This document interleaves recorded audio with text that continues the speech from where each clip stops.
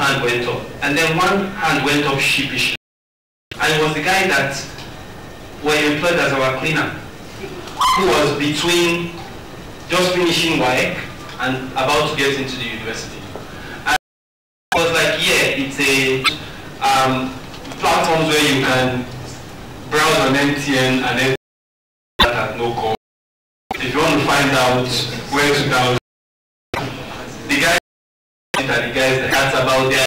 But you see, you enter at that point, and then as their disposable income increases, move them like things that are more data guzzlers. The truth is, I agree with you. I think developers need to start thinking about how do they build for that crowd. I think one of the areas we find, particularly on the development, is not understanding the market that we're building for. When we build, the starting point for us is who is the end user, how do they consume technology, and how do you take them in mind when you're scoping and designing the service that you're creating. So we have this app that was FICO, which is school curriculum and made it into a quiz. And one of the things that was clear for us, since this is targeting second and getting the results, and that for us was quick, and I think Tara mentioned some of the relationships between application developers and the telcos and the service providers. We think we need to get to a stage where we're going to have more zero-rated services, that's zero-rated relationships, similar to Facebook Zero, the number of the telcos. So that your book is a popular application because people see the value, opportunity to connect people I've not seen in a long time, and it trusts people in services. But the point is, what are those other services? How many are they? Are they targeting at a point where they're a good stepping stone to the next thing? When do we get for me to renew my driver's license? 20% of the work in my office, and then I'm just walking to the license office for data capture. When do we start using technology? Which school is the right school for me? The gap is endless. E-commerce starting point in, because e-commerce players, the Dreamers and Congas, have invested so much to shop online. But even that, I'm sure you've seen was here. They probably would have talked about facing with pay on delivery, which was a good way of convincing to shop online because you don't have to commit cash until I see the goods. But the problem now is they're getting too many returns. You invest, someone drives with a bike to get there and say, no, I don't want. Who pays for the fuel cost? And so we're getting those challenges, and they're interesting challenges to have, and I think the system to get.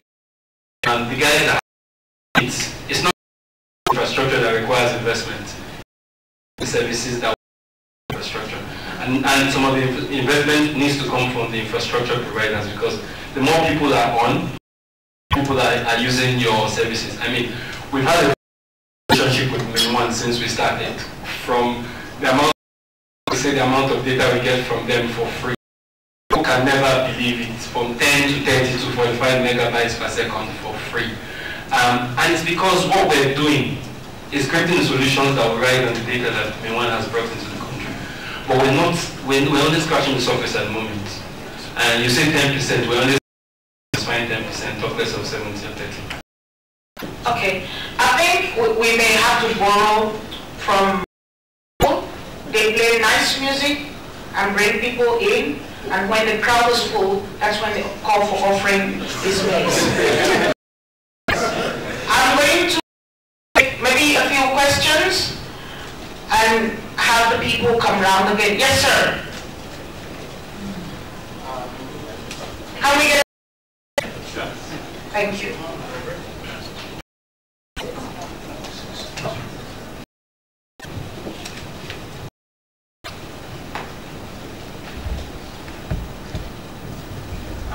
Good afternoon. My name is I'm from the University of Lagos. I want to thank the organizers. I'm overwhelmed.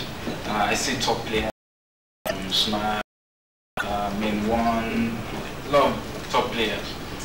It's love, guys. I just want to round it up. Okay. I have a lot.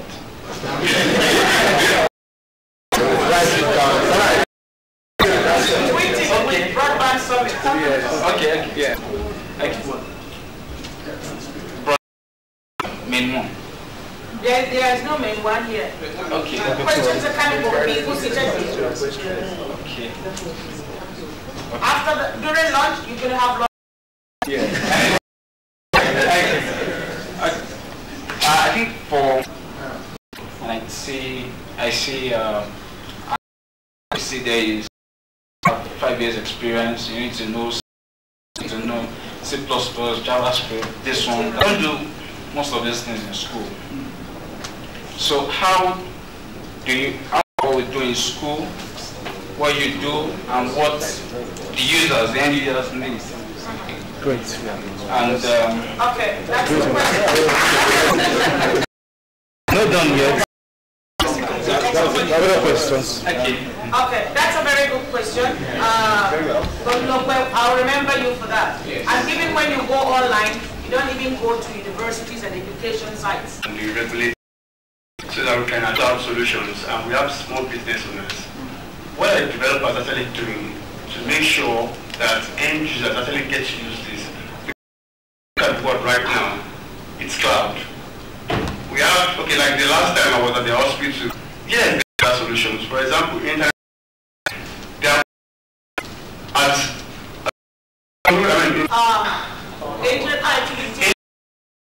it's a sort of technology that run internet over power. So we got that. There was a hand over there, Tammy. Hi, my name is Ichinuj Dayo. I work as an IT solution for Kitco Cloud Services. I also head a management. Presently, you have Checky into your organization, and a way you can have presently MainOne is in Nigeria. But what we need to, we still go abroad to host. And you guys, I believe you are big enough to be able to have a server where people can come in and host in Nigeria. That way, it will be easier for somebody the ops reduced. So is there any way you are working towards that, since you have the capacity already and you have some sites, so also come and, you know, in the university, they are doing fantastic stuff. But I see a challenge there. I was getting a young job, I said, you can do this, this, and this, but nobody knows in this country. Now, your organization, can it be can bring these guys to the world, bring them to Nigeria? Let us know that we can patrol instead of. Let's take one here. Oh, I will certainly come to the lady. Trust me. Yes, thank you very much. My name is Alabi. I lived in the US for a while when the internet started in 90. Got people on the internet was the point. You can develop apps. Put on all this computation for free. Most of the apps we have, what apps? People have social networks like that anymore. They use what apps? It's free.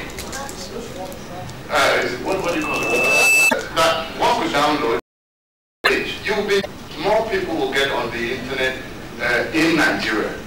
That is one thing I think. Shoot. It's just a comment. My name is Alphon. I was to support from the US of Lagos. I have a son who has the same problem with him. If government do something to education curriculum, then I see a business opportunity for finishing schools are all over the place now. We need finishing school for this problem. Thank you. Thank you.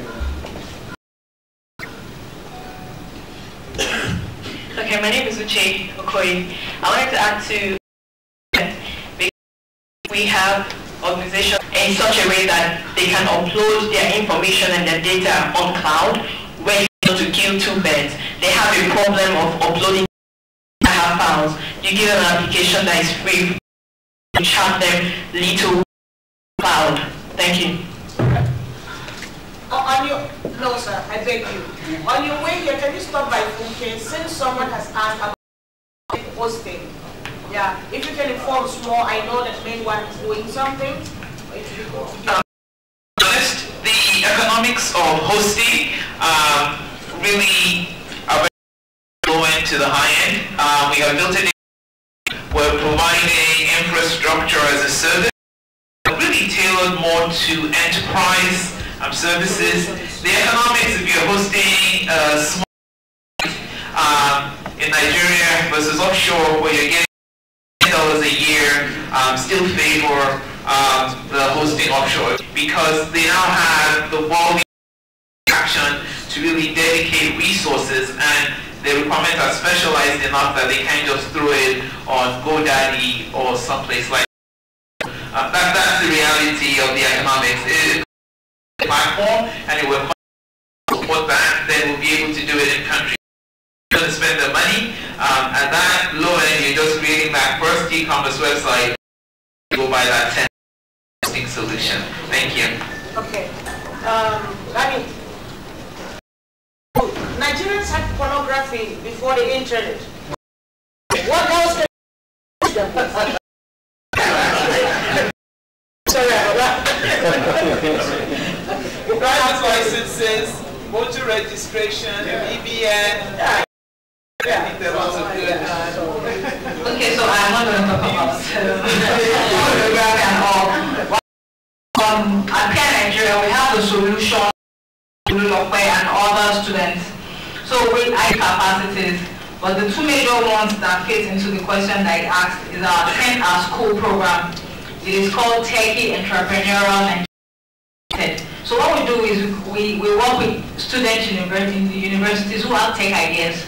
We mentor them from their 200 level down to their 500 level. We encourage them to create tech ideas. If they have tech ideas, we nurture them to create businesses, to create, and we support them. So recently we had one of our 10 gathering speakers, Mr. Kojan, who is a venture capitalist, $1 million into tech ideas of 3 of them with at IFE.